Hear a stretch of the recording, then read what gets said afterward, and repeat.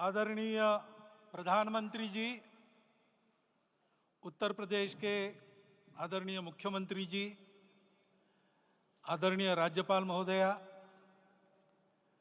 देश के आज विद्यमान सभी पंथ संप्रदायों का प्रतिनिधित्व करने वाले हमारे संत ऋषि आचार्य गण और समाज के सब स्तरों का प्रतिनिधित्व करने वाले निमंत्रित महानुभाव, आज का आनंद शब्दों में वर्णनातीत है और उसके वर्णन करने का प्रयास इसके पहले के वक्तव्यों में अच्छा हो गया है। यह भी बता दिया गया है और हम जानते भी हैं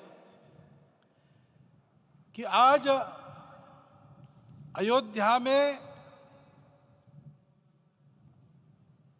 रामलला के साथ भारत का स्व लौट के आया है।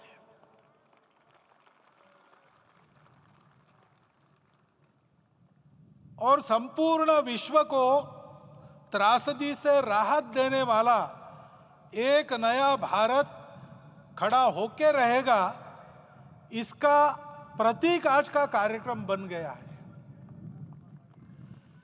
ऐसे समय में आपके उत्साह का, आपके आनंद का वर्णन कोई नहीं कर सकता। हम यहां पर अनुभव कर रहे, पूर्ण देश में यही वातावरण है। छोटे छोटे मंदिर के सामने दूरदर्शन पर इस कार्यक्रम को सुनने वाले हमारे समाज के करोड़ों बंधु वहां पहुंच न पाए, ऐसे घर घर के हमारे नागरिक सज्जन, माता भगिनी सब भाव विभोर है, सब में आनंद है, सब में उत्साह है। और ऐसे समय में जोश की बातों में थोड़ी सी होश की बात करने का काम मुझे ही दिया जाता है। आज हमने सुना कि इस प्राण प्रतिष्ठा महोत्सव में पधारने के पूर्व प्रधानमंत्री जी ने कठोर व्रत रखा। जितना कठोर व्रत रखने को कहा था, उससे कई गुना अधिक कठोर व्रताचरण उन्होंने किया। मेरे पुराना उनसे परिचय है, मैं जानता हूं वो तपस्वी है ही, परंतु वो अकेले तप कर रहे हैं, हम क्या करेंगे। अयोध्या में रामलला आए, अयोध्या से बाहर क्यों गए थे? रामायण में क्यों गए थे बाहर? तो अयोध्या में कलह हुआ। अयोध्या उस पुरी का नाम है जिसमें कोई द्वंद्व नहीं, जिसमें कोई कलह नहीं, जिसमें कोई दुविधा नहीं। वो हुआ 14 वर्ष वनवास में गए। वो सब ठीक होने के बाद दुनिया के कलह को मिटा के वापिस आए। आज रामलला वापस फिर से आए हैं 500 साल के बाद। जिनके त्याग, तपस्या, प्रयासों से ये सोने का दिन आज हम देख रहे, सुवर्ण दिवस देख रहे, उनका स्मरण प्राण प्रतिष्ठा के संकल्प में हम लोगों ने कहा, आपने सुना होगा, स्मरण किया। उनकी तपस्या को, उनके त्याग को, उनके परिश्रम को शत बार, सहस्त्र बार, कोटि बार नमन है। रामलला के यहां इस युग में आज के दिन फिर वापस आने का इतिहास जो जो श्रवण करेगा वो राष्ट्र के लिए कर्मप्रवण होगा और उसके राष्ट्र का सब दुख दैन्य हरण होगा।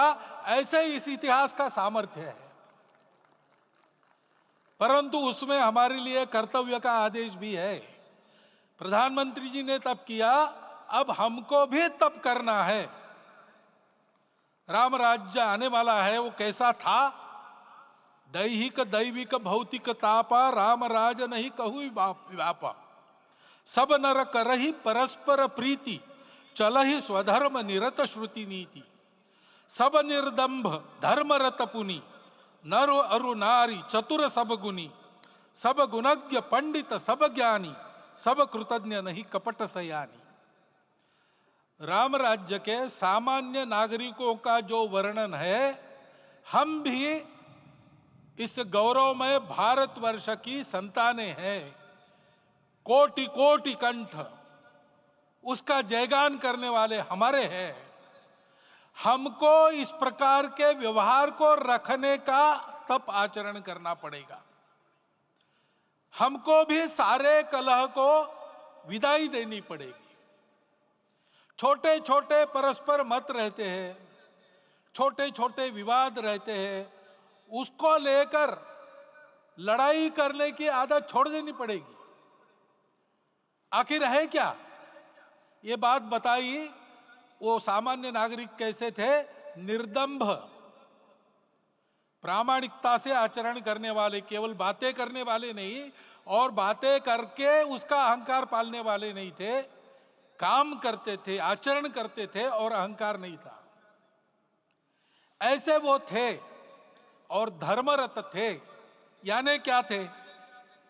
इस पर कठिन भाषा में प्रवचन बहुत लंबा हो सकता है, लेकिन थोड़े में धर्म के जो 4 मूल्य जिनकी चौखट पर धर्म है, ऐसा श्रीमद् भागवत में बताया है, सत्य, करुणा, शुचिता, तपस, उसका आज हमारे लिए युगानुकूल आचरण क्या है?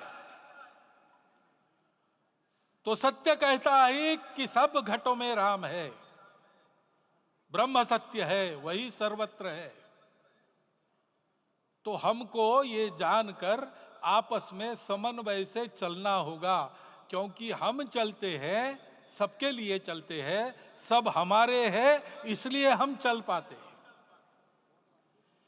और इसलिए आपस में समन्वय रखकर व्यवहार करना, यह धर्म का पहला जो पैर है, सत्य, उसका आचरण है। करुणा दूसरा कदम है, उसका आचरण है सेवा और परोपकार। सरकार की कई योजनाएं गरीबों को राहत दे रही, सब हो रहा है, लेकिन हमारा भी कर्तव्य है, ये सब समाज बांधव हमारे अपने बंधु है। तो जहां हमको दुख दिखता है, पीड़ा दिखती है, वहां हम दौड़ जाए, सेवा करें, दोनों हाथों से कमाएं, अपने लिए न्यूनतम आवश्यक रखकर बाकी सारा वापस दे, सेवा और परोपकार के माध्यम से। यह करुणा का अर्थ आज है। शुचिता पर चलना है, यानी पवित्रता होनी चाहिए। पवित्रता के लिए संयम चाहिए, अपने को रोकना है। सब अपनी इच्छाएं, सब अपने मत, सब अपनी बातें ठीक होंगी ही ऐसा नहीं, और होगी तो भी अन्यों के भी मत है, अन्यों की भी इच्छाएं हैं। और इसलिए अपने आप को संयम में रखते हैं तो सारी पृथ्वी सब मानवों को जीवित रखेगी। गांधी जी कहते थे, earth has enough for everyone's need, but it cannot satisfy everyone's greed. तो लोभ नहीं करना, संयम में रहना और अनुशासन का पालन करना, अपने जीवन में अनुशासित रहना, अपने कुटुंब में अनुशासन रहना, अपने समाज में अनुशासन रहना। सामाजिक जीवन में नागरिक अनुशासन का पालन करना। भगिनी निवेदिता कहती थी कि स्वतंत्र देश में नागरिक संवेदना रखना और नागरिक अनुशासन का पालन करना, यही देशभक्ति का रूप है। इससे जीवन में पवित्रता आती है। और तपस का तो मूर्तिमान उदाहरण आपके सामने आज दिया गया। व्यक्तिगत तपस तो हम करेंगे, सामूहिक तपस क्या है? संगच्छध्वम संवदध्वम सम वो मनांसी जानता। हम साथ चलेंगे, बोलेंगे आपस में, उसमें से एक सहमति का संवाद निकालेंगे, एक ही भाषा बोलेंगे, वो वाणी मन वचन कर्म समन्वित होगा और मिलके चलेंगे, अपने देश को विश्वगुरु बनाएंगे। ये तपस हम सबको करना है।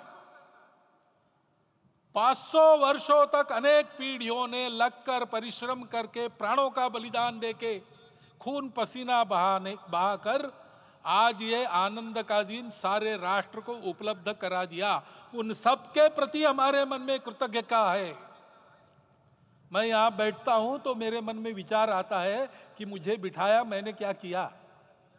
वो तो जो उन्होंने किया उसका प्रतिनिधि भी मुझे बनाया गया है। उस प्रतिनिधि के नाते मैं ये अवदान स्वीकार करता हूं और उन्हीं को अर्पण करता हूं। परंतु उनका ये व्रत हमको आगे लेके जाना है। जिस धर्म स्थापना विश्व में करने के लिए राम का अवतार हुआ था, उस धर्म स्थापना को अनुकूल स्थिति अपने आचरण में, अपने देश में उत्पन्न करना, यह अपना कर्तव्य बनता है। रामलला आए हैं हमारे मन को आह्लादित करने के लिए, उत्साही करने के लिए, प्रेरणा देने के लिए, साथ साथ इस कर्तव्य की याद दिलाकर उसमें कृति प्रवण करने के लिए आए हैं। उनका आदेश सर पे लेके हम यहां से जाए। सब लोग तो यहां आ नहीं सके, लेकिन वो सुन रहे, देख रहे। अभी इसी क्षण से इस व्रत का पालन हम करेंगे तो मंदिर निर्माण पूरे होते होते विश्व गुरु भारत का निर्माण भी पूरा हो जाएगा। इतनी क्षमता हम सबकी है। इसका मैं एक बार स्मरण देता हूं, आप सबको धन्यवाद देता हूं और मेरे 4 शब्द समाप्त करता हूं।